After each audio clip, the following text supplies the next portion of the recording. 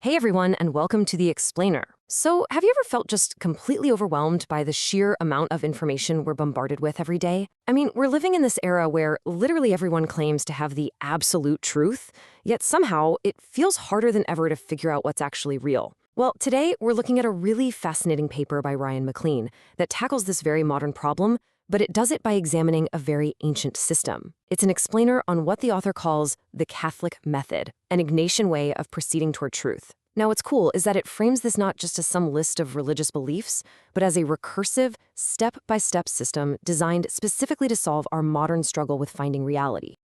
But before we get into the actual mechanics of this system, let's take a look at the philosophical bedrock of the author's whole argument. The Jesuit theologian John Courtney Murray once stated, "The truth is not imposed except by virtue of its own truth." This is an absolutely crucial foundation for the paper we're exploring today. The source material argues, very impartially, that truth isn't something you can just force onto someone through coercion, It actually convinces through its own light. So our job today is simply to examine the framework the author presents for how a person might actually step into that light and recognize it. Okay, let's dive into this. Here is our visual roadmap for today's explainer. We'll start with the desire for truth, move on to the Catholic method explained, look at a cycle of continual growth, explore election, choosing to act, look at AI as an instrument, and finally wrap up with multiplying the human purpose. Starting right off with Section 1, the desire for truth, recognizing reality in a confusing world. So, the source material points out a universal human problem that we all probably know deep down. We all naturally desire the truth, but man, we are incredibly easily deceived. We're limited by our finite nature, our biases, and sometimes just our own stubbornness. And because of this limitation, we desperately need a method to test what we think and correct our errors. The paper argues that just accumulating a massive pile of information isn't going to cut it. Facts don't just interpret themselves. Without a method to rigorously test our assumptions, all that collected knowledge might actually just reinforce the errors we already have. To make this a bit more concrete, the author uses this brilliant, incredibly warm analogy written specifically for his daughter, Angela. Imagine you're trying to build a Lego castle, but every few minutes, someone secretly swaps out your instruction manual with one for, say, a pirate ship or a toaster. You can be incredibly confident in what you're building, but confidence does not equal truth. I mean, if you insist your cat is secretly a tax accountant, well, that confidence isn't going to get your taxes filed, right? The big takeaway here is that we absolutely must be willing to be corrected. If we aren't open to having our Lego instructions checked against reality, we're honestly just building an illusion. All right, moving on to Section 2, the Catholic method explained, a practical framework for finding truth. Here is where the source material presents Catholicism not merely as a list of rules you have to memorize, but as a highly practical, recursive framework for actually finding truth. And the engine of this whole framework is a concept called discernment.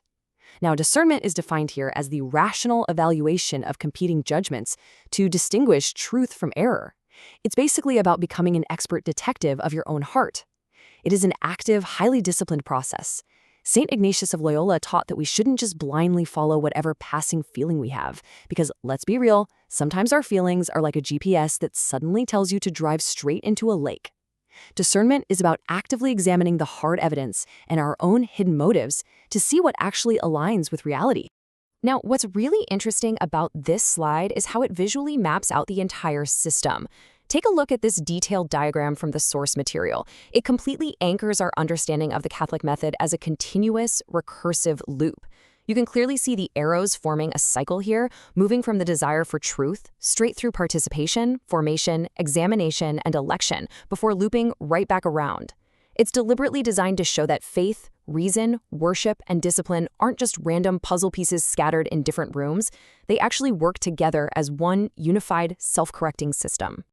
And keep in mind, this system isn't just some abstract theory floating in the clouds. It's heavily grounded in a physical reality. We see that captured perfectly in these side-by-side images from the author. You have the stained glass, representing the sacred space of the church, contrasted with the beautifully detailed bronze door depicting Christ. The author argues that tradition, the magisterium, and the sacramental life are the tangible, lived environments where this method of pursuing truth actually takes place every day. Which brings us to Section 3, a cycle of continual growth, the recursive journey of formation. Now, We're going to break down the specific steps of this recursive journey, looking at exactly how a human being is formed.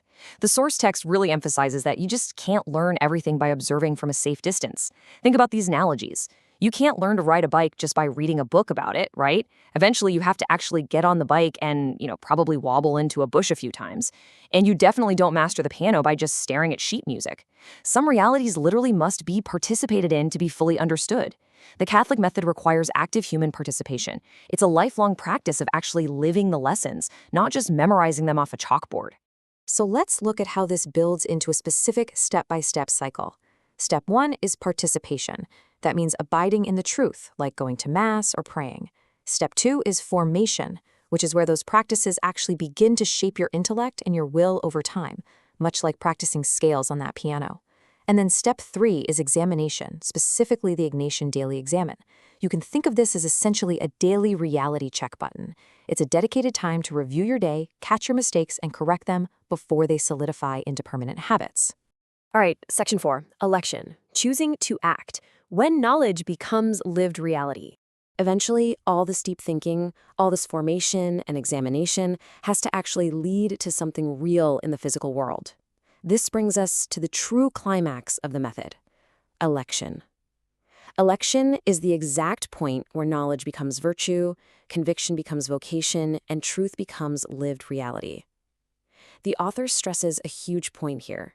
Simply knowing what is good isn't enough. You must have the freedom and the deliberate courage to actually choose it. Election is that defining, incredibly important choice to act on what you've recognized as true. Here is another really wonderful analogy from the author's explainer for his daughter. Imagine standing in an ice cream shop that has 50 different flavors. You can research the flavors all day, calculate the absolute perfect scoop-to-cone ratio, interview all the other customers, but eventually you have to stop researching and actually pick a flavor. It's a classic tool versus builder motif. You can spend all day gathering the most perfect bricks in the world, but at some point you actually have to build the house.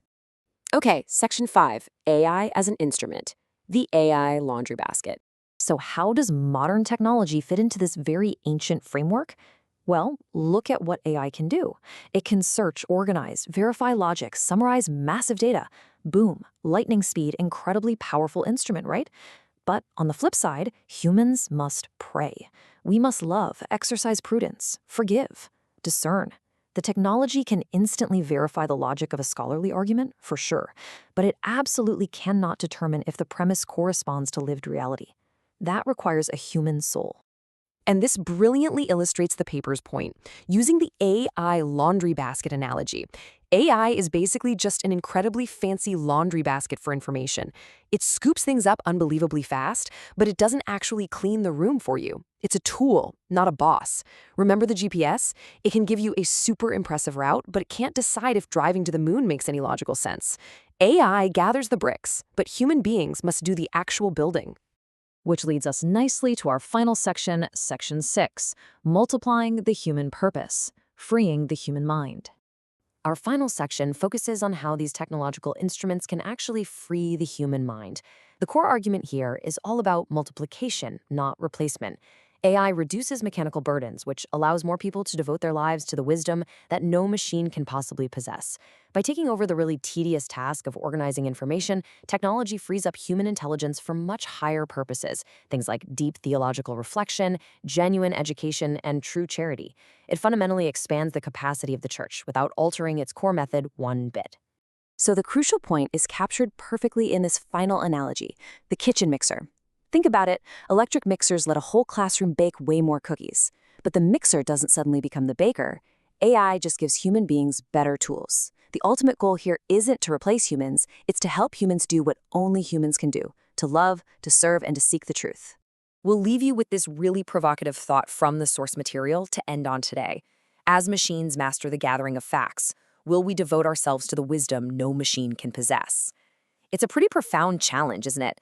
The Catholic method, as outlined in this paper, suggests that our future isn't about competing with algorithms, but about doubling down on our very humanity. Thank you so much for joining us for this explainer. Keep questioning, keep discerning, and we will see you next time.